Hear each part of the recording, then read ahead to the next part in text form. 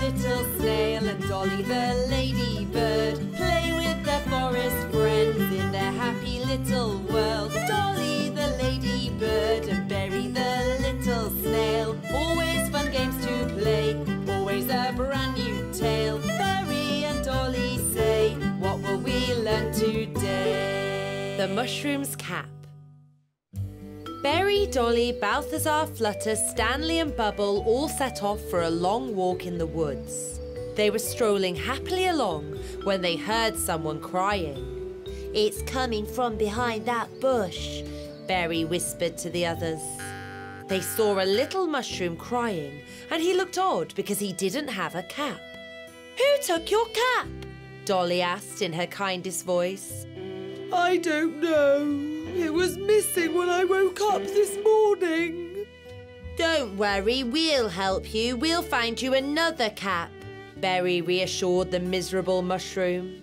The friends all ran back to their houses and returned carrying all kinds of different caps and hats. "We've brought some new hats to try," they said, and tried them all on the mushroom's head in turn.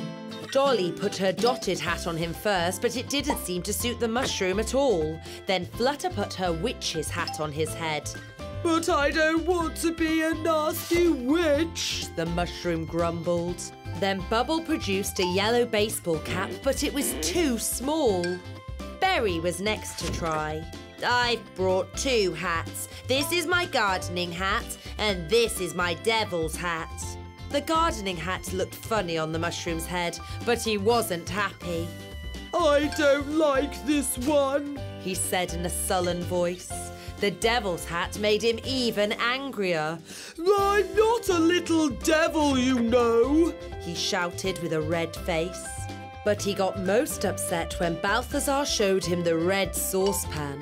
"But this is a saucepan. I can't go around with a silly saucepan." "It's not a normal saucepan," Balthazar replied sharply.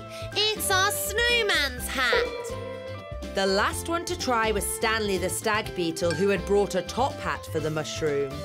"Oh, I quite like the look of this one," the mushroom enthused. "But can't you find my old cap? That's the one I want to wear the most." So the forest friends started to search for the mushroom's spotty cap. 3 canary chicks suddenly flew by. "We know where the mushroom's cap is. We saw 3 woodworms using it for a rowing boat."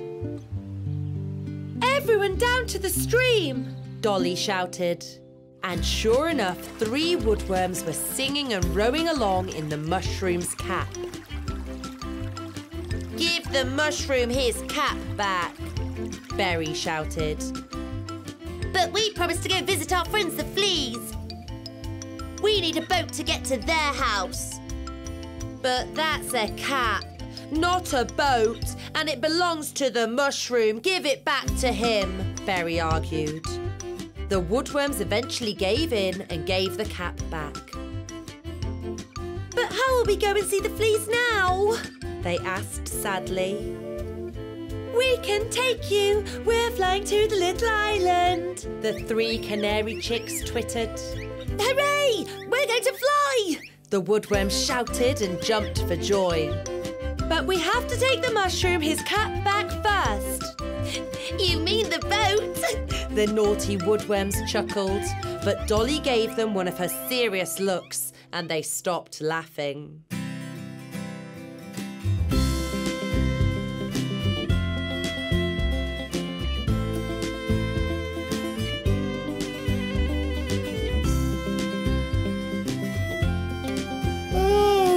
"Thank you so much," the mushroom said with a big smile as he put it on his head. "It fits just perfectly." The woodworms hopped onto the canaries' backs. "Have a safe trip," the mushroom shouted.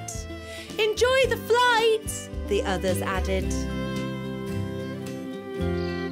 The forest friends all said a final goodbye to the mushroom and walked home with their hats on their heads.